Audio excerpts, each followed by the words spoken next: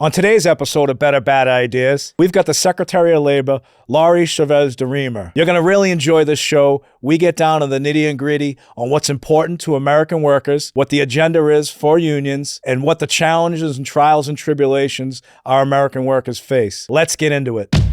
I'm Sean O'Brien, General President of the International Brotherhood of Teamsters. Put your helmets on, buckle your chin straps. It's a full contact sport. We're going to find out who has a better bad idea. So what made you want to be the Secretary of Labor after you leaving Congress? Well, first of all, I'm not so sure you wake up and think about, I'm going to dream to be the Secretary of Labor. Actually, it kind of happened in reverse. Being in Congress, same kind of question I got asked after being a mayor, city council. It was like, what leads you to the next step? And when I did lose my race in Congress this last cycle, I thought, how can I still be a part of all the things I was, already in the mix? 2 years of working hard here in D.C. for the constituents of Oregon. I just kept thinking there was so much more to do. And in talking about it, I wanted to serve under President Trump. This seemed the natural fit. It had kind of been what I was working on. So as we moved through and built relationships, I thought to myself, I'm going to talk to a few of my friends, you being one of them.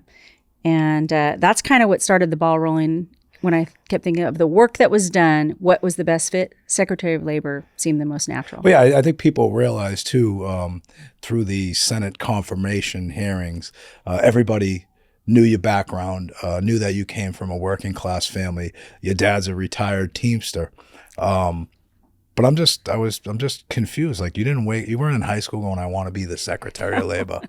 No, but everybody works really almost 3/4 of their life, right? My first job, I was a junior in high school.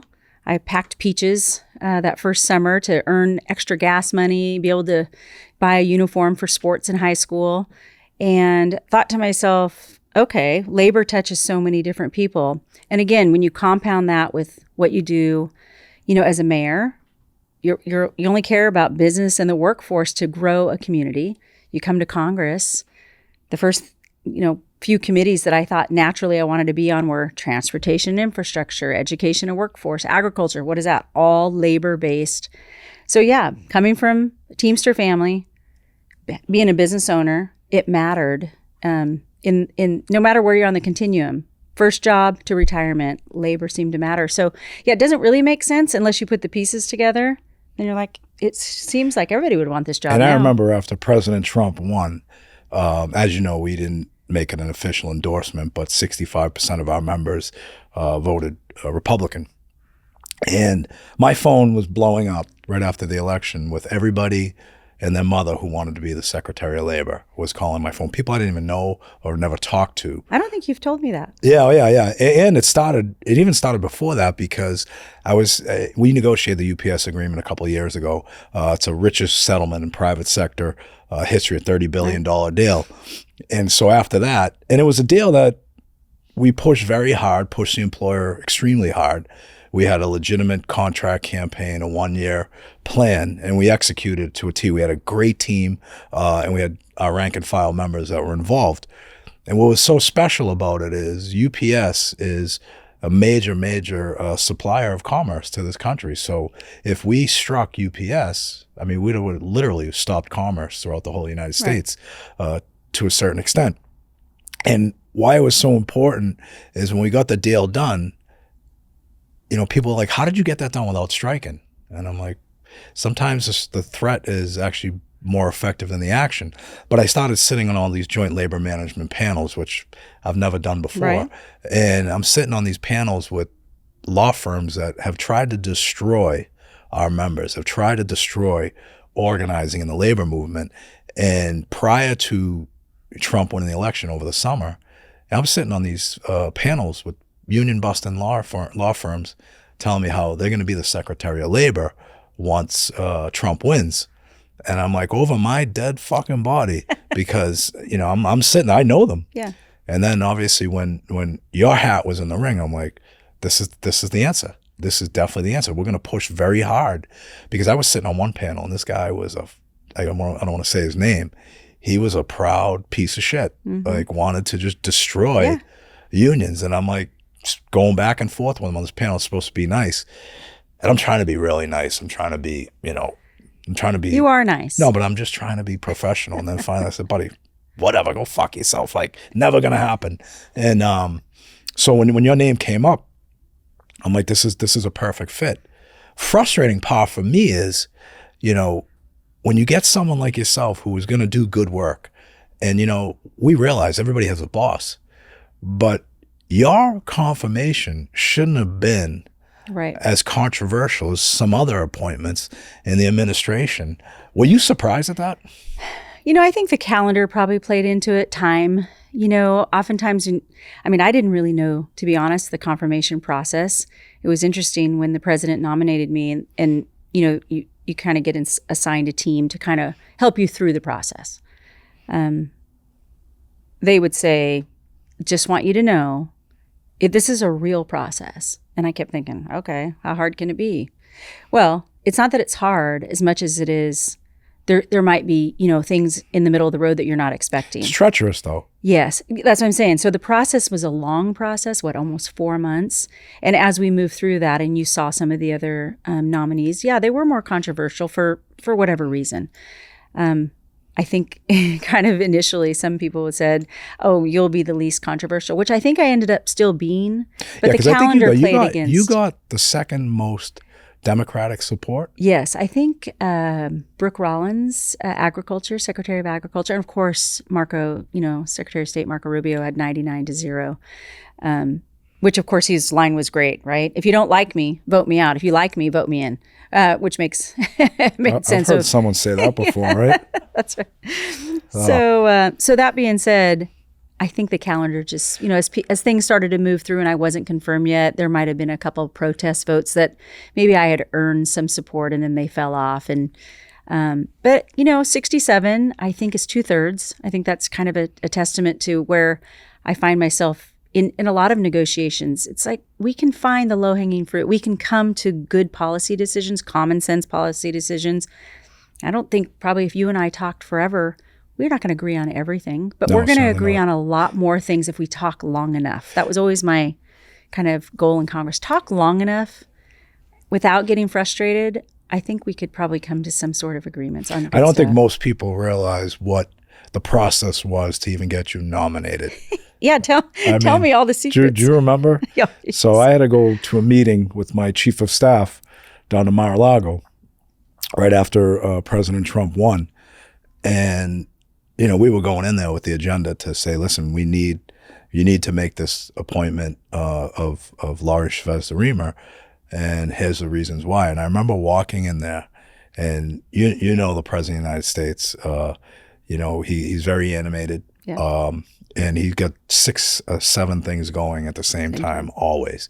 And I remember walking in there, and one of his confidants said, we know why you're here, and you're probably not going to get what you want. I'm like, now I'm getting pissed. I'm like, not get what I want. I'm like, it's the right thing to do. So we went in there, and I think you were down there for something else. Yeah, right? No, I was down there to visit with the president on this nomination. For that, right? Yeah. And I remember getting into it. We had like a 2.5 hour back and forth. Before you even showed up. And I'm saying, you're saying that you want to be the working people's president.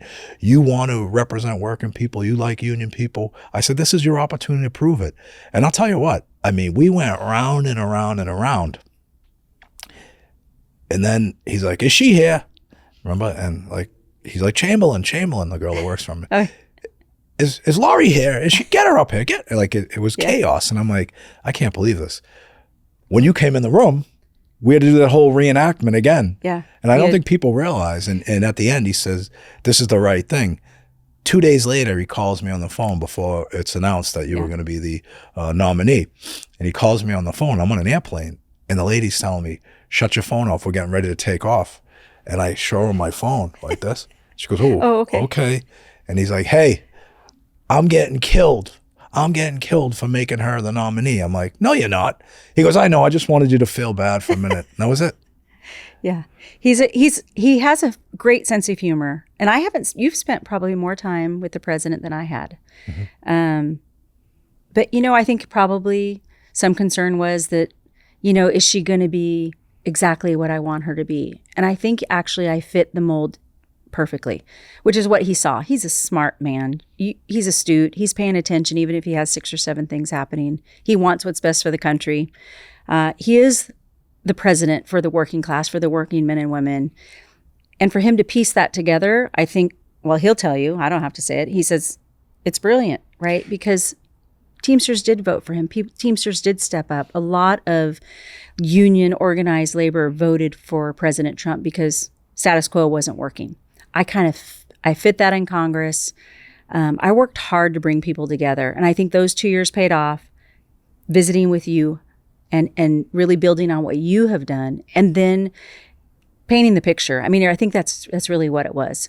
Painting the picture for the president, for him to say, wait a minute, this is making sense. And he has a lot on his team who believe in that as well. So as it gets moving, we're going to be able to capitalize and do the things that we promised the American So there's been people. some moves made lately. I'm sure your phone's blowing up from other unions. 900,000 federal employees laid off. They're looking at every labor issue, and there's uncertainty in the labor leadership around the country about what positions or executive orders are coming next to try and destroy Davis-Bacon or take away other labor policies that we've enjoyed. How do you feel about some of this stuff? Because the audience, I'm sure, is going to want to know. Because look, the one thing that I tell people all the time is, and because I'm getting criticized too, people want me to come out and throw knockout punches, and I'm like, listen, let's see what happens after the 101st day. Yeah. Let's see what happens. But there is some scrutiny out there in the administration. How are you going to deal with it, and what's your position on some of these moves? This episode is brought to you by Catches Law Group, proud advocates for injured workers and their families since 1986. If you've been hurt on the job, navigating the workers' comp system can feel like fighting an uphill battle. That's where Catches Law comes in. They've recovered over $3 billion for hardworking people just like you, and they don't back down. When your rights are on the line, they know what it means to stand shoulder to shoulder with unions and workers across the country. Because at Catches Law, it's not just about compensation, it's about justice. Learn more at catcheslaw.com. That's KECHES law.com. And let me tell you something. I've single-handedly worked side by side over the last 30 years with Catches Law Group. No one fights harder for injured workers than Catches Law Group. No one serves their clients with more courage and conviction and vigilance. And again, it's at catcheslaw.com, KECHES law.com. Well, I wouldn't expect anything less. I think that's kind of when you take on a role like this, which, again, I'm not sure I dreamed of being a secretary. Who would think that they would be honored enough to be in the president's cabinet? So that's one issue, and it's a big one. But I would expect the scrutiny to come when you're at a top-level job and you've been supported by somebody like yourself or other labor unions or business owners who you work so hard with in conjunction with the policies that matter most. So what's going to rise to the top when there's uncertainty is, as you mentioned, there might be things that, oh my God, it feels like what we've enjoyed for so long. There might be top issues, and they might be different for every single labor union, or maybe there's a coalition of what's happening and that uncertainty. But the president did say on the campaign trail and continues to say, the status quo wasn't working.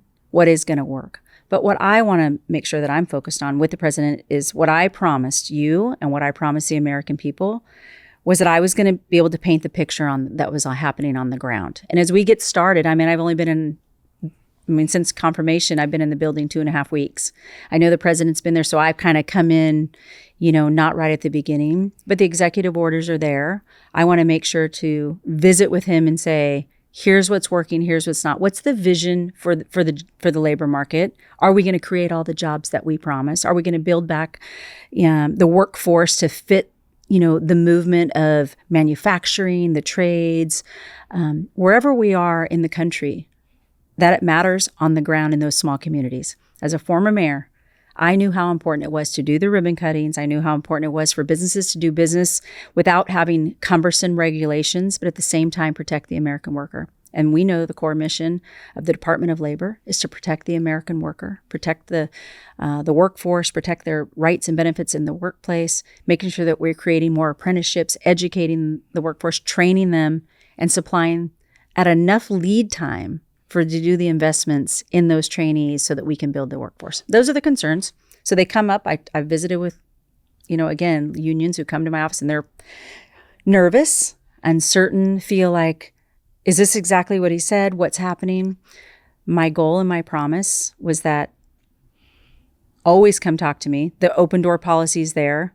I want to get to where they need me to be, and then I want to share those with the president.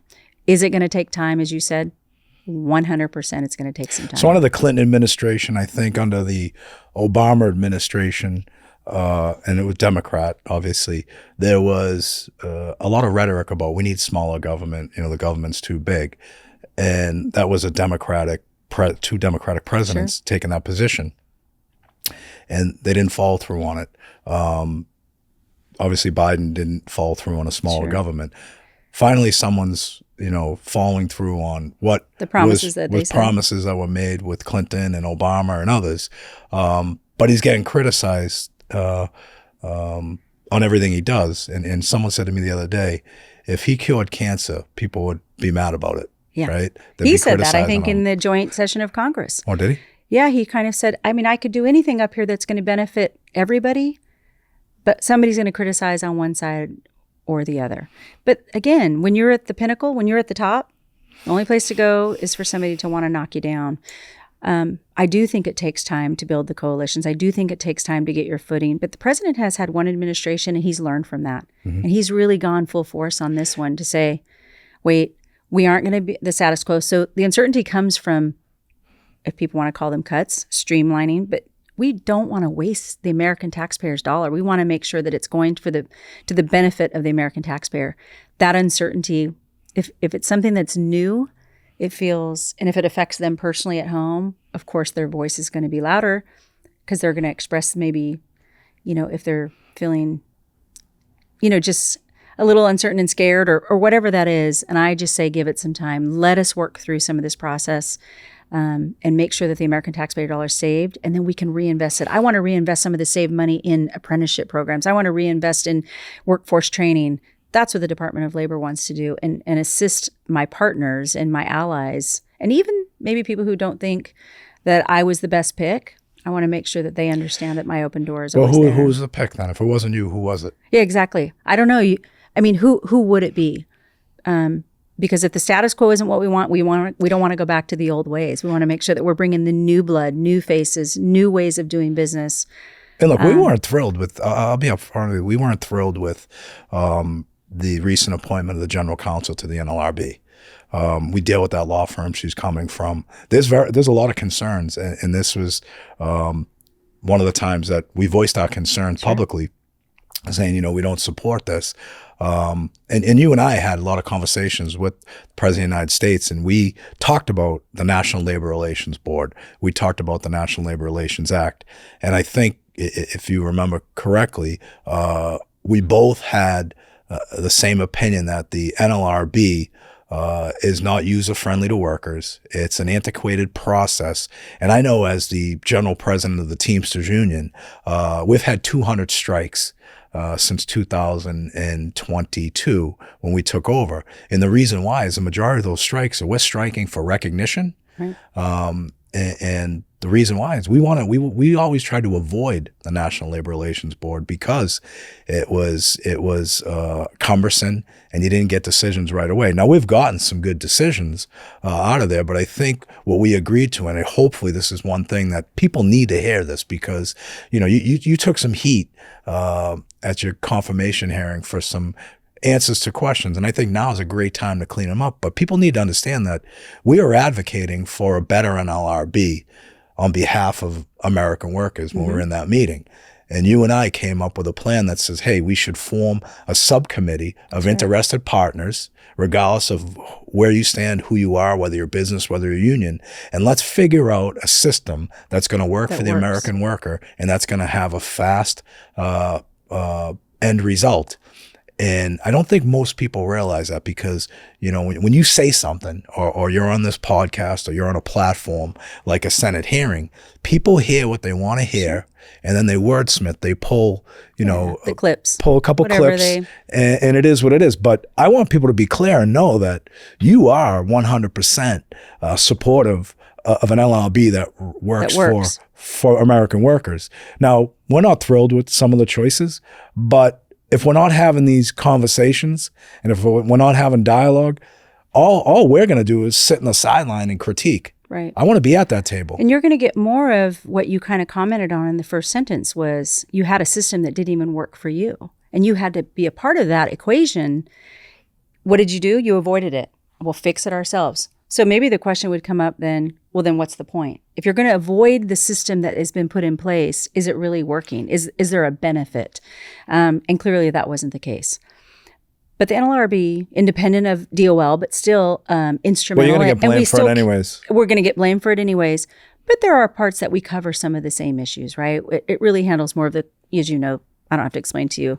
But the point being is that, is there an appeals process? Is there a place to go if you don't feel like you've been heard or listened to? And that's what we're talking about with NLRB, because cases are still being heard around the country. That hasn't been wiped out. But when we go to, the board or the general counsel, is there going to be a favorable or not favorable? The goal is not to be favorable or unfavorable. It's to listen to the facts and get to a decision or an appeals decision that's necessary. But you can understand why there's concern with course. the general counsel there. I mean, I know the firm she come from. I never met her. Hopefully I'll be able to have an audience with her at some point. But there is concern, because we've dealt with that firm, and some parts of that firm is focused on keeping unions out of workplaces. And, there's valid concern. However, I think if what was said and what was agreed upon, we all follow through on, we can actually be effective and show people how to rebuild something that's going to work for working people, but also have credibility, saying, hey, we've talked about this. This is what we want to do. This is what needs to happen. And I think people need to hear that. It's no different than, your answer on the PRO Act with the Senate hearings. I got to tell you, I've been in a couple Senate hearings, as you know, and they were all controversial. But, some of that questioning is, you don't know what the question is going to be, right? Coming from the people that are asking you. But again, you were asked about the PRO Act, right? You signed on to the PRO Act as a congresswoman. I think you were the only Republican to sign on to that. I think it's Brian Fitzpatrick. Oh, maybe Brian Fitzpatrick from Pennsylvania, right? Yeah. Yeah. Great guy, by the way. Yes, he is. And, good friend. And so you took heat for that. That comes up in your hearing, and you're asked about right to work. Yeah. And so after your answer where you gave, I think right to work should be dealt with state by state. And I think people took and ran that and said, she's pro right to work now. She wants right to work. And you and I have had many discussions about right to work. You come from California originally. Your dad's a Teamster, or was a Teamster, retired Teamster. And Oregon. Yeah. So it's funny. I was in Boise, Idaho one time, right? So I'm going to give this speech, and I'm like, hey, I'm in Boise, Idaho. They stop. They go, it's Boise. Oh yeah, Boise. Boise. Yeah. So you're like, oh, I go, listen, I'm from Boston. It's not a speech impediment, right? So, you were asked the question, and your answer was bastardized through the labor movement. Now, you and I have talked, and we have actually had conversations about how national right to work is detrimental to working people. There's 27 states in the country that are right to work.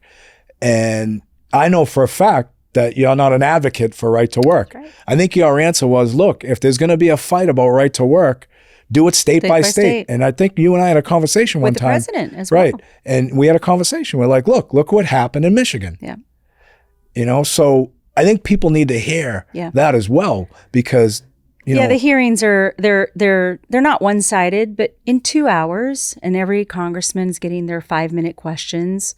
Again, part of the process. I've been on the other side of the dais where you're asking, questions of people who are there testifying. They want to hear what they want to hear. It's what they're working on for their constituents. I understand that. I think everybody has a right to whatever question that they want. These are real serious hearings, and we have to be able to answer that, because if I'm going to answer it there, I'm going to answer it 10 more times. Right. So, I mean, just simply put, yeah, you are not for national right to work. No. I want states, and you heard, even Republican congressmen, they want the right to choose their states. I come out of that hearing, I was in there with you, but I come out and I'm like, you know what we should be doing? We should be fighting right to work. That should be our platform in those 27 states. We did it 3 weeks prior in New Hampshire, where they try to implement right to work, the new governor there, Republican governor, and we fought so hard. It's like, why don't we just put that platform together and go state by state like they did in Michigan, like we did in New Hampshire, and then that's our fight. Right. That's our fight. Yeah. Well, probably Congressman Paul was probably the only one who would say that. But you heard the other congressmen, even again on the Republican side or the Democratic side, there were certain issues that didn't have anything to do with labor that people cared about, for whatever their respective reasons are. When I was... And the statistics, right? Because you're a statistics person. You're probably going to be more so now than ever. The statistics are right to work states. I mean, they don't lie. Lower wages, right? Lesser benefits and more poverty. Yeah. Right? And what's our goal? To uplift the American worker. Right. That's the goal. So I was funny. I had to testify one time. It was right after the Janus decision came down, which was another bad decision for working people in the public sector. And we had a Republican governor, Charlie Baker, in Mass. Great guy. Absolute. Yeah. Could get anything done with him. He worked very well with his legislature. Absolutely. Yeah. And so I'm testifying in a hearing in the state, and Charlie said, I don't understand why these people don't have to pay dues, but they're still going to reap the benefits of a collective bargaining agreement. And so we were talking, and I'm testifying at this hearing. Now, one of the legislatures in Mass, I said, right to work is not good. And they're like, what is right to work? And I explained how bad it was. And they're like, I still don't understand it. I said, look, it's like this. If I'm driving home tonight, right? I'm driving home tonight and I hit a pothole, because Boston has a million potholes, right? And I get a flat tire and I call AAA and I'm not a member. Should they come out and fix my tire? They're like, no, you're not a member. There you go. Same applies here, right? Good one. You should use that more often. I try to. I'm going to use it now. Listen, you can steal that. I'm going to. Can I will attribute it to you. Ibid, Sean O'Brien, page 4. There you go. Just like a little footnote. So how many cabinet meetings have you been in? Let's see. I have been in, I was in the first one. Even though I wasn't confirmed, I was able to go to the first one. Was not invited to the second one just because hadn't been confirmed. And so they had other things to talk about that we couldn't be a part of.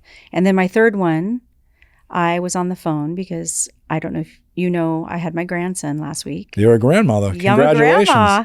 So yes, so I was in Michigan all week, and so I took that cabinet meeting remotely because I wanted to be there for my daughter to have her first baby. You guys don't get like some sort of maternity leave? I don't think being so. A grandparent? No, I think it's 24/7. Yep. We are always on the job, as you probably are always on the job. And so, yes, we'll be around the country. I think my team has it ready to tee up. I'm thinking we're going to release it on Saturday, where we start our listening tour. As you probably remember, I don't know if you recall, in the hearing I mentioned I would try to get to all 50 states. So we're going to start to kick off our listening tour. And so we're excited about that. We do 3 states a week, myself and Fred Zuckerman, our general secretary treasurer. There you go. And we don't go talk. Maybe I should go on the road with you for a couple of them. Hey, listen, you put all the bells and whistles in that we need. You're welcome. That would be great. Our members would love it. But we try and go to 3 different states per week. Yeah. And we don't talk to leadership for the most part. No. We're going right to the shop floors. We're going right to the loading docks. And we are out there getting true testimonials of what people actually want and need. Yeah. And I tell you what, it has been the most effective means of getting guidance from the people that we have the honor to serve. And I think it should be true. You know why that is. because Right. they just, I mean, I always go back to just being local. Local is where my heart is always, because that's what matters most. And so if you just spend 5 minutes and they get a chance to say what matters to them, it's the best. I mean, they really mean it heartfelt. They'll let you know what it means to drive into work, to go home at night, to be with their kids, put food on the table. Business owners will tell you the stress or the struggles or the worries that they have as well. But there's no better place to hear those stories than if you're on the shop floor or anywhere else. But leadership, great. We're all leadership. We all know. But I think that is just the greatest thing. So you'll hear from probably most people, especially if you go to unionized work sites and talk to people, you're going to hear our biggest agenda, or agenda item, I should say, which was the PRO Act, but now it's the Faster Labor Contract Standards Act, put in bipartisan with Josh Hawley and also Cory Booker. What are you saying? Faster labor contract standards? Yeah, that's legislation that's been introduced. I just didn't know. I don't know if I heard the full. Yeah, I mean, I might have a couple words mixed up there, but but basically it's a version of the PRO Act with not all the bells and whistles. It's mandates employers have to bargain within 10 days of certification. Sure. And there's some other, stuff that's important as far as no retaliation or retribution during the organizing period. There's an ability to have some sort of neutrality in that. Also card check. But the most important thing is getting to a first-time contract with a binding arbitration. What's the timeline? Right now, it takes about 406 days if you get to a first contract. Okay. People can decertify after a year. So, that's what the hard part is right now, organizing under the current system. So this legislation would be great because it would mandate the parties to come to a first agreement. And of course, you're going to get pushback from the business community and everything else. But Senator Hawley has introduced this, and Cory Booker is a co-sponsor. We've got about 8 or 9 other Republicans that are coming on board. So people are so open to. Is that something that you would embrace and support? Yeah, I want to look at it. I haven't seen all the details, but I would love to listen. Going back to the PRO Act answer, just because the title changes, the situation changes, doesn't stop you from wanting to protect the American worker. Right. So whatever that looks like, why wouldn't we want to pay attention to it and see where it's moving, who's signing on? Why does that matter? Because that means their constituents are caring about it. You know congressmen and women, they don't just Why sign are people on. so afraid of embracing, workers and rewarding them in this country? I mean, there's a lot of people in Congress and the Senate that, they want to attack Davis-Bacon. They want to attack prevailing wage. They want to attack all these things that actually benefit their constituents. Why? Do you know? I don't know, except more in the sense of we pit business versus employees all the time. I never could understand when one, right? Business owners need employees and employees need the business owners, right? We want to embrace the two. We want to have a whole part doing the work of this country. We need each other. Why we pit the two? What we don't want to do is make it so egregious on either side that one goes out of business or people lose their jobs. So why we just don't have the conversations. It seems like that has been the divide, and I could never understand why there would be a divide. As a business owner, we've been business owners, my husband and I, for almost 20 years. The people who work for us, we value them. Well, they make you every the success day. you are. That's my point. Why would I want to do anything that would make them not want to be a part of the organization? And why would they want to do anything to not have us be in business? But I think it's a mentality of a lot of people. Even, I was a big advocate when I was a rank and file worker at Shaughnessy and Ahern Crane Company. It was a family-owned business. I went to work there in my late teens. I'm still on the seniority list there. Imagine that. I still hold my seniority. There you go. And I haven't been there in like 27 years. That's awesome. And, but I am going to go back once I retire, just for a day so I can grab my 6 weeks vacation. Okay, there you go. Oh, absolutely. You should do that. That's the right thing to do. Did you have to operate right? a crane most recently? I drove low beds and tractor trailers and stuff like that. Can you still do that? Of course I can. Come on. Listen, you can do it? I still have my CDL license. All right. I have to. Just checking. You just know, checking. because I'm supporting people like you, my job's in jeopardy right now. So I've got to be prepared to go back. You got to be ready to go back to I work. got to be ready to go back always to gotta, work. You always have to be willing to go back. Yeah, I'm fine. Life was easy then, right? But when it's simple, my it's point easy. is, there was always this divide in the family. The Shaughnessy's are the greatest family in the world, because I was able to, and I gave them a hard day's work every single day, and we made good money. And I was able to buy my first home because I had a union job, because of the opportunity I was given. And I used to tell my coworkers, I was a steward at 20, 21 years old, and I'm dealing with 40-year-old men, 50-year-old men, and it was crazy. They'd be like, look at these millionaires, the owners, right? Right. Look at them. And I'm like, I'm looking at them because we start at 4 a.m. They're here. Yeah. They're going out getting business all day long. And when we get back at 5, 6 o'clock at night after 12 or 13 hours, they're still here. Yeah. And they cared as much as you did. And I used to tell guys, I'd be like, listen, we don't really work for them.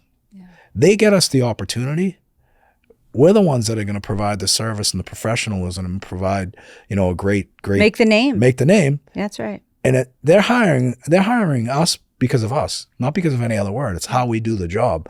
And so to your point, it's like, you got to realize that, I want to be the biggest advocate in the world for working people. I want to take on corporations. I want to, I call them white collar crime syndicates, because a lot of them are Amazons of the world, United Airlines. But, the reality of it is, you got to have dialogue. That's you right. got to have dialogue and debate. If you shut the door, you might as well. And debate, right? Yeah. You mentioned the word opportunity. That could be as cliche as it wants to be, but they offered it and you took it. That's the difference. It's not always one-sided. But sometimes it does need a mediator or a bridge builder. I kind of feel like that's what you're good at. That's what I'm good at. We work hard. We've worked hard, right? It worked my whole life. Well, don't worry. I can destroy some shit too. That's okay. But you know what? Some stuff is okay to be destroyed. Yeah. Some stuff's okay to, blow up and say, wait a minute, this isn't working. We're not going to have this conversation more. And I'm walking away. And when you want to come back, we'll come back.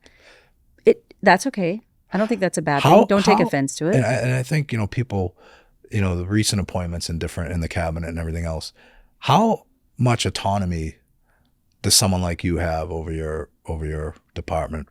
Well, if I'm being honest, which I always am, as we've moved, 2 weeks in the cabinet meetings, they're asking us, tell me what's going on. Tell me what's happening. Of course, when we see, it's the president's, right on his executive orders. He is the commander-in-chief. He is the president of the United States. He was voted on by the public. He has a right to those executive orders, and we will enact those. We will follow Some the of them law. are controversial, though. Of course they are, because it's changed. And you're going to have to answer for them. And I have to indirectly. answer, just like, you kind of mentioned, our names are on the line.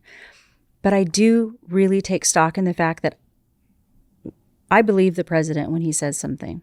And until it's different, then maybe the relationship wouldn't work. But I believe what he's going to say. I'm going to work hard for him. I work for the president of the United States. Well, part of your job, too, is going to advocate on, if a position's taken, that's going to dramatically affect union members, American workers. I mean, I would hope and pray that you would be able to go to him and say, look, this is not good. That's the for job. the American worker. This is my job. And I tell people all the time, I always tell people, look, I can give you the answer you want to hear. That's right. Right? But I do have to tell you what the What's reality happening. and the truth is. Do you think you have that ability to do that with President Trump? Well, I feel like it's the only ability that I know. And so my only goal is to present him what's happening on the ground. Again, he truly believes in the American worker. He wants to grow this economy. He cares about America. And he had the mandate from the American people. I want to tell him the story on the ground. That's why I want to do the listening tour. I want to tell him what's happening in manufacturing. I want to create more jobs. And I want to be able to go to him and say, look at what's happening because you are the president. Now let's make it better. And here's what works. Here's what doesn't work. I've seen that already happen with all the cabinet members. I think of like Brooke Rollins, agriculture, how important that is for our farmers and ranchers, and the concern when egg prices were up. And she would sit and say, Mr. President, listen, let me tell you what's happening. Here's what we have to do. And we can work toward that. That's what's going to happen here. I'm going to present to him a full, clear, concise picture. And sometimes it might have some nuances or complications, and we're going to get feedback and we're going to go back and forth. But we're on the same team, and I want to make that team bigger. I want to make sure that he has the team that he expected by doing that coalition at the table that we talked about. Democrats and Republicans are going to have conversations about good policy and legislation in Congress, and labor and workforce and business owners are going to have to be at that same table.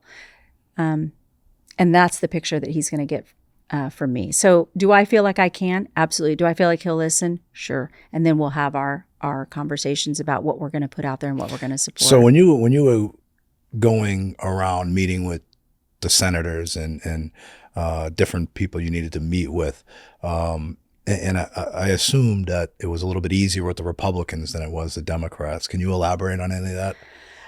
Well, I met with a lot. I think I had, I want to say close to almost 60 meetings.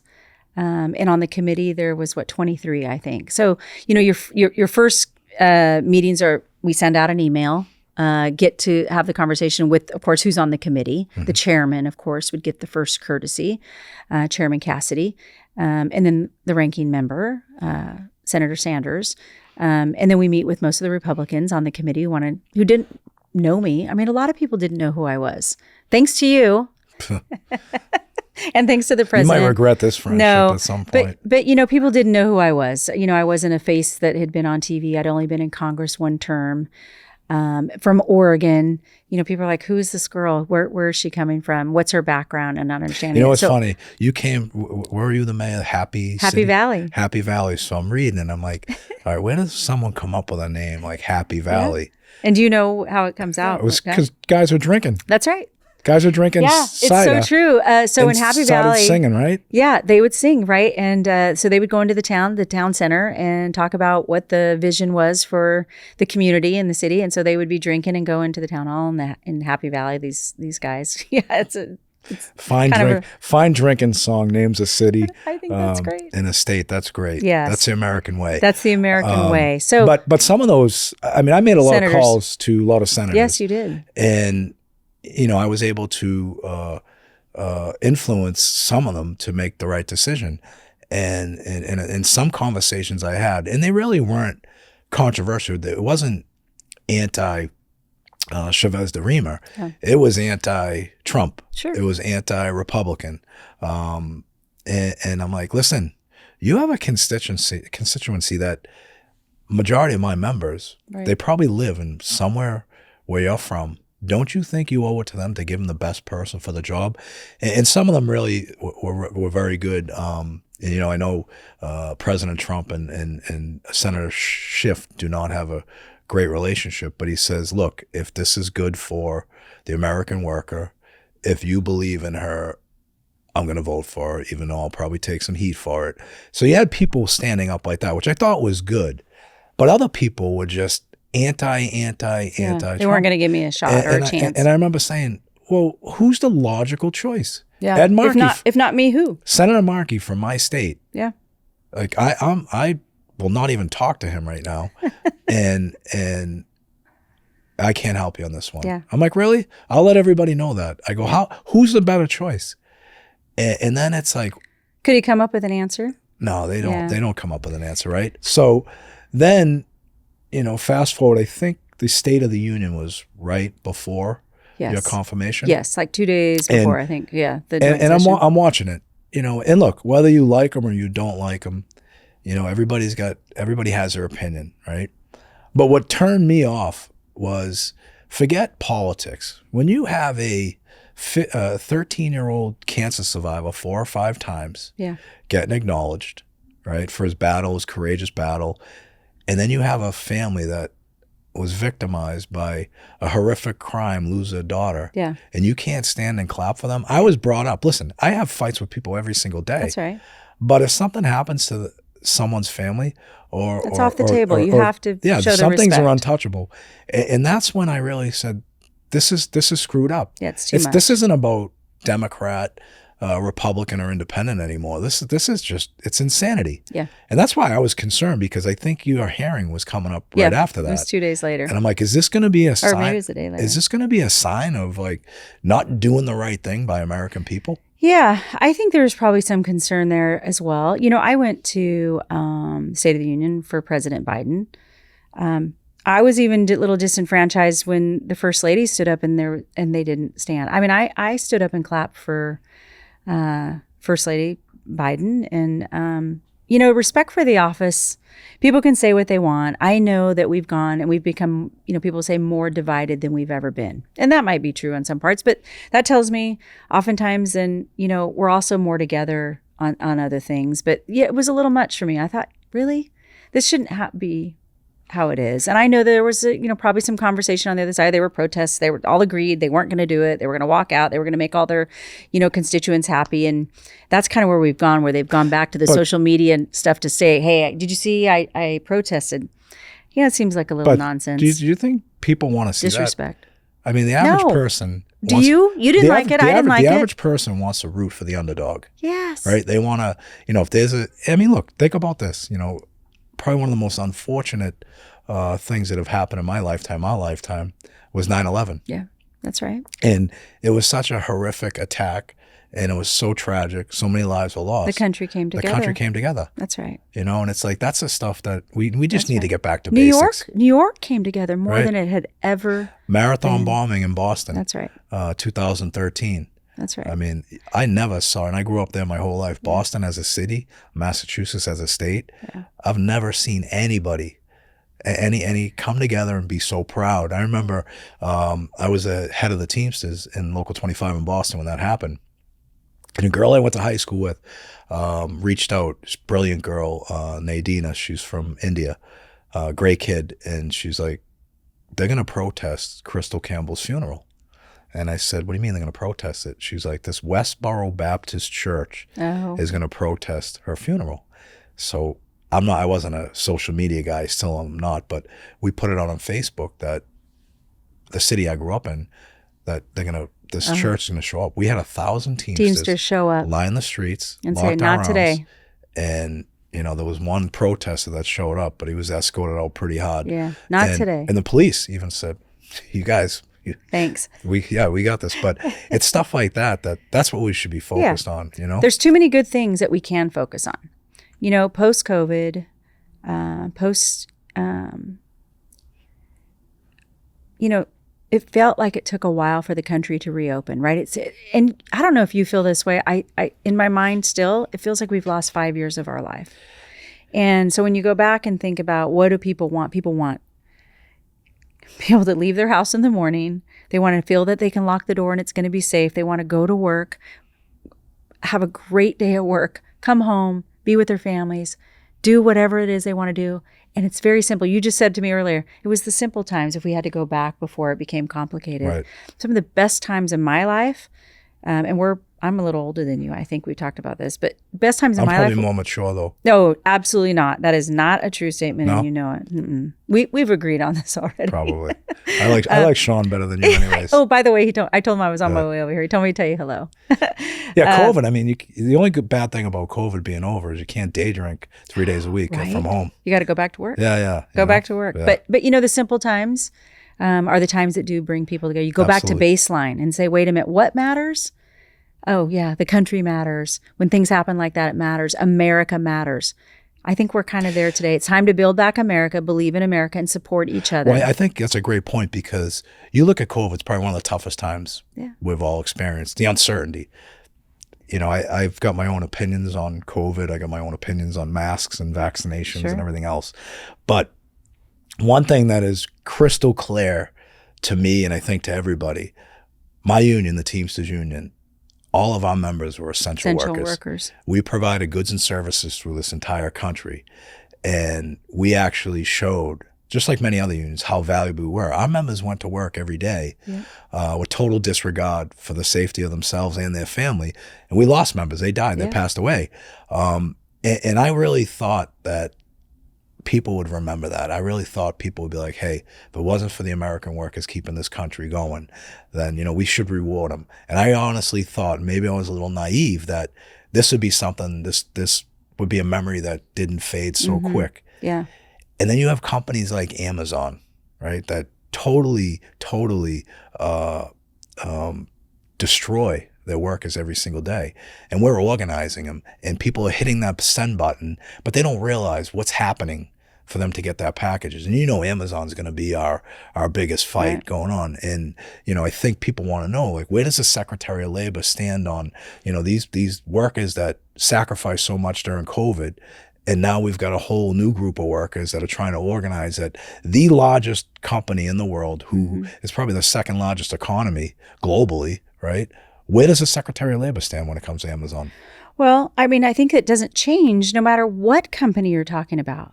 I mean, right? They're the biggest. They're the most prominent. They're the ones who are, again, as you said, we see them everywhere all the time. It's what we know. It's what we want to be a part of. And I don't think anybody says, hey, we don't want to use Amazon, right? It's hard. Can you imagine trying to change? But they should protect the American worker. That's the goal of the Department of Labor. That's the goal of the Secretary of Labor, is to represent what is the mission and how do we make sure that we are following the law, and that any Amazon or not bad actor is held accountable to what those laws and protections are.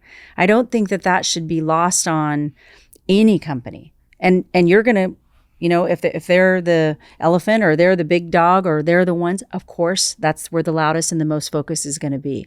But from my perspective, I think anybody, I don't care how many employees they have, make sure that you're protecting the American worker, make sure that you're understanding the value there. And we don't want to forget, even after 9/11, but this does seem like it's kind of, a little shorter. Okay, COVID just happened. It feels like forever ago, but it was just 5 years ago. 5 years feels lost.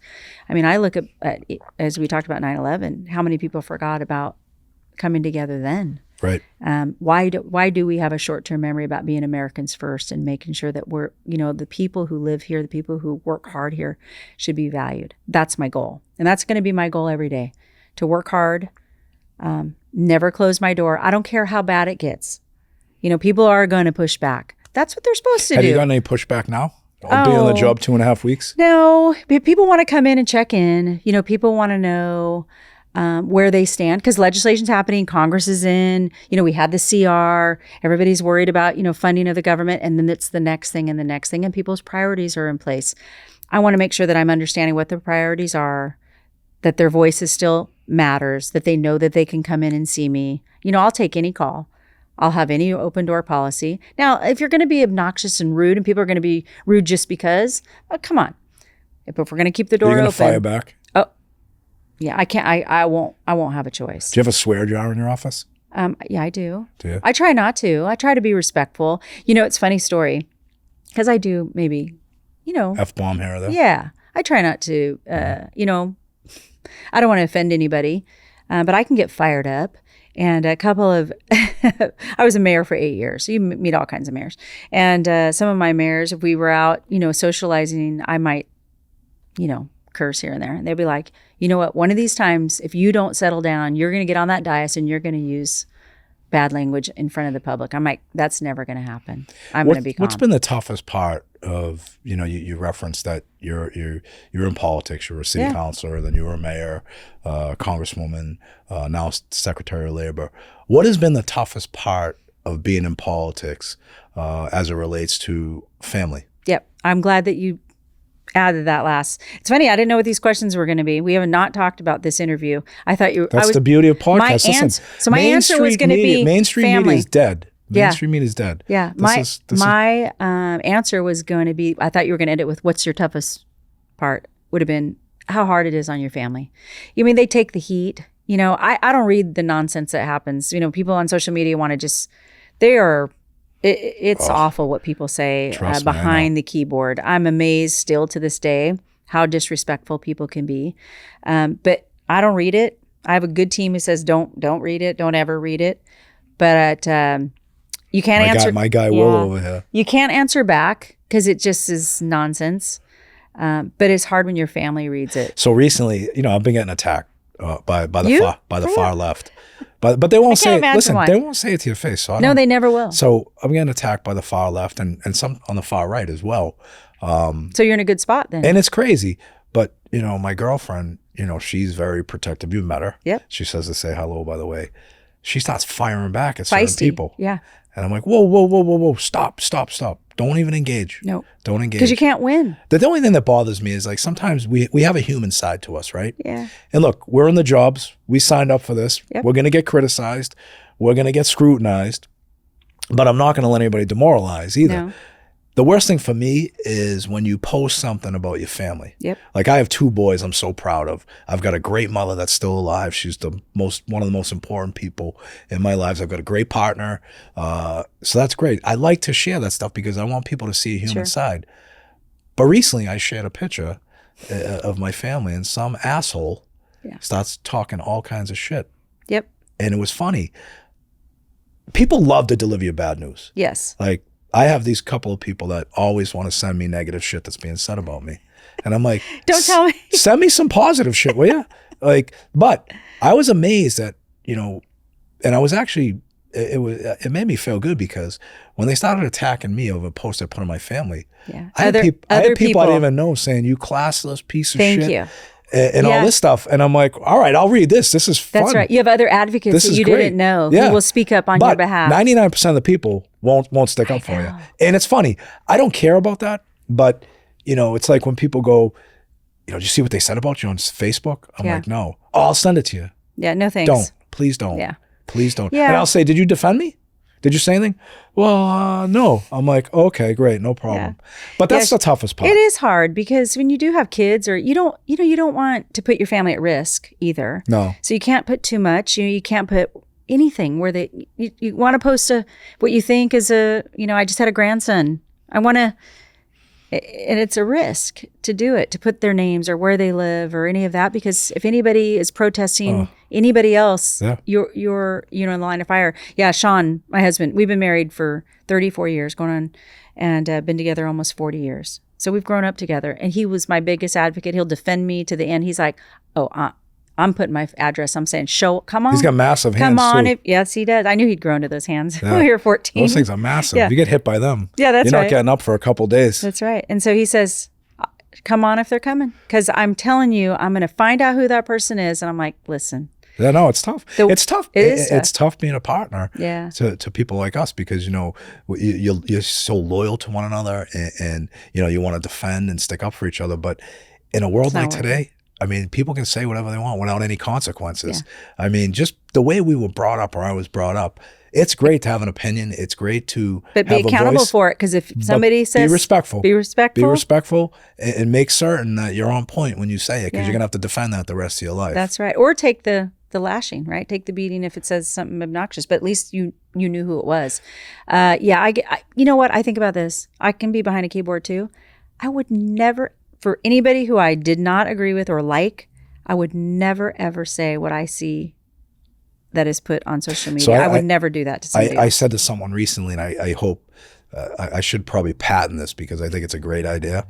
There should be a device that you can put on your computer or in your phone, and at like 7:30 at night, before you type or respond, and then you got to blow into it like a breathalyzer, and that way, Before you don't. that way it shuts off, and Yeah. people aren't posting Yeah. stupid shit. That's right. I mean, but on a serious note, look, we've got a great opportunity, I think, to work together.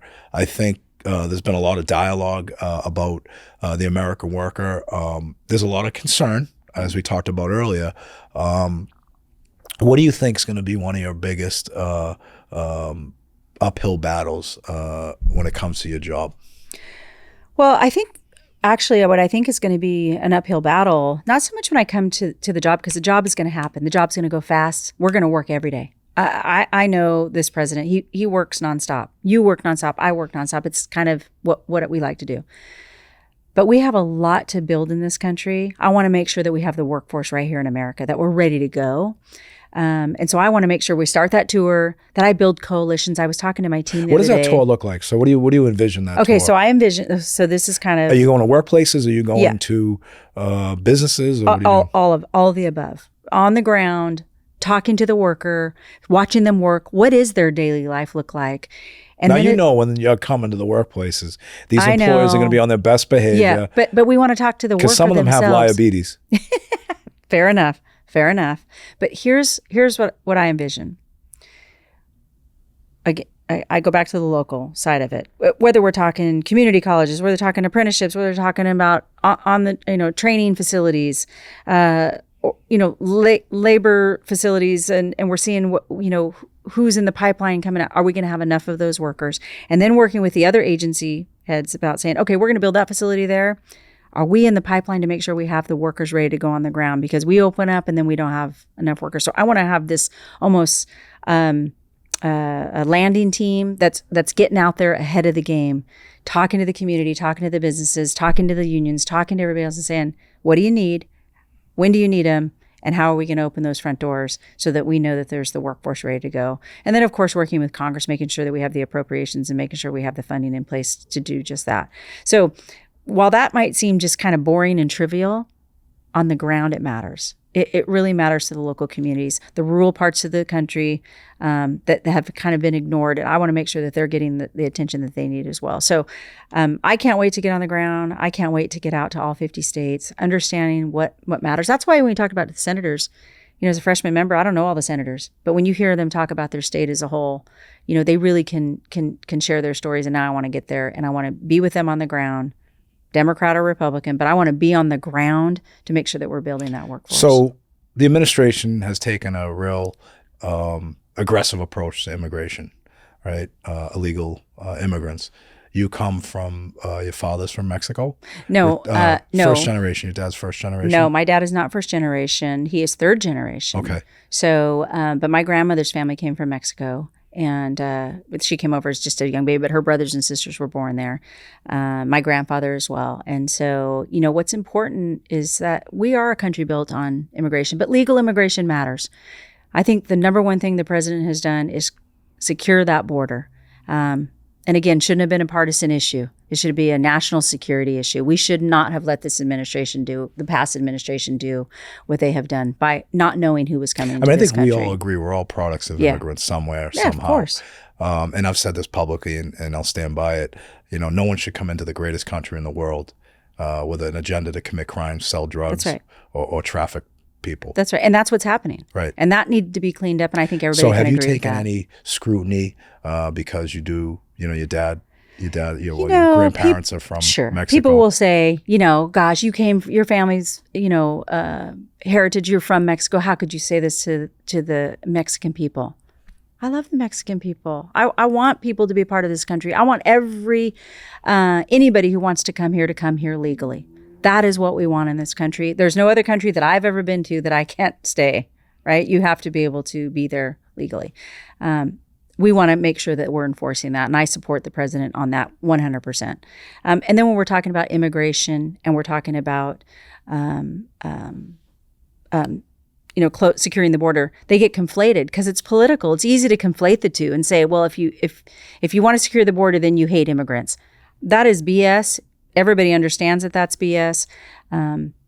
Are there workers that can come to this country legally? Sure. Do we have to modernize and upgrade our immigration system that hasn't been touched in over 30 years? Congress should be accountable for that. They should continue to have that conversation. I'll enforce the law. I'll work with all of our other agencies, Homeland Security, where we're talking about, our visa programs and where we're going to find these workers, because I think that that's going to be important as well. But we conflate the two purely based on political agenda. And I think, again, that's a conversation that needs to stop, and we need to really, dive in and fix that problem. So how does a woman from the Bay Area, I believe, right? No, Central Valley. Central Valley. Hanford, California. Okay, end up in Happy Hour, Oregon. Happy Valley. Happy Hour. What's calling it Happy Hour? Oh, you want to call it Happy Hour? Oh, that's okay. Happy I'll Hour, go back Oregon. and ask him to change the charter. Yeah, please. On that Happy Hour, Oregon. I love it. God, you got to come drink with me in Happy Valley. I'll take you to all the great little dive bars. Oh, they'd love me there, huh? Oh, they would love you there. Again, my husband and I met in high school. We're both from the same hometown. Our parents thought we would have probably gotten married, I was the first to go to college in my family, got married and go back home and stay. But once we decided to leave there, we decided not to go back there. And both of our families, have kind of stayed there. A lot of our families are there. Small farm community, 12,000 people, one high school. That's how I met him, Chavez-DeRemer, homeroom. We fell in love at 14 years old. But there's a lot of Happy Valleys and a lot of Hanfords around the country. Yeah, we call that witness protection. Right? But think about how many small communities are so great throughout the United States. Absolutely. And you move there and you build a community. I've lived in New York. I've lived in Michigan. I've lived out of the country. I've lived in a lot of different places. And my husband and I, we said to each other, we have our own little family, and where you hang your hat. Not you hear all those cliches, but the community became our family wherever we went. I lived in Elmont, New York when my twins were born. I knew not one person there, not one. We moved there, 9-week-old twins. My husband's third year of med school, and I'm thinking, this is going to go well. I have no idea. The across the street neighbors came in, scooped those babies up. It was the best 2 years of my life because I thought, wait a minute, Irish, Italian, Catholic neighborhood, scooped up my twins, helped me and my husband navigate this new life. So it should be. And I thought to myself, they didn't have to do that, but they did. And I fell in love with Elmont. Then I moved to Michigan. My husband did a couple more years in Ann Arbor, Michigan. The community came in and I thought, oh my gosh, communities can be your family. So all along while you're doing this journey with Sean going through medical school and then residency and all that stuff, you end up in Happy Hour, Oregon, right? Happy Hour, Oregon. But how did you ever think you'd be involved in politics? Again, I guess I didn't think it then. When you look back, when you look backward, it all makes sense. But my goal then was to be involved in the community because I had then twins who were 6 years old. What's happening in the schools? What's happening in the parks? What's happening locally? And I remember coming home. There was a local newspaper. When I moved to Happy Valley, it was 3,800 people right outside of Portland. Big city right next door. And I thought, great place to live, the suburbs.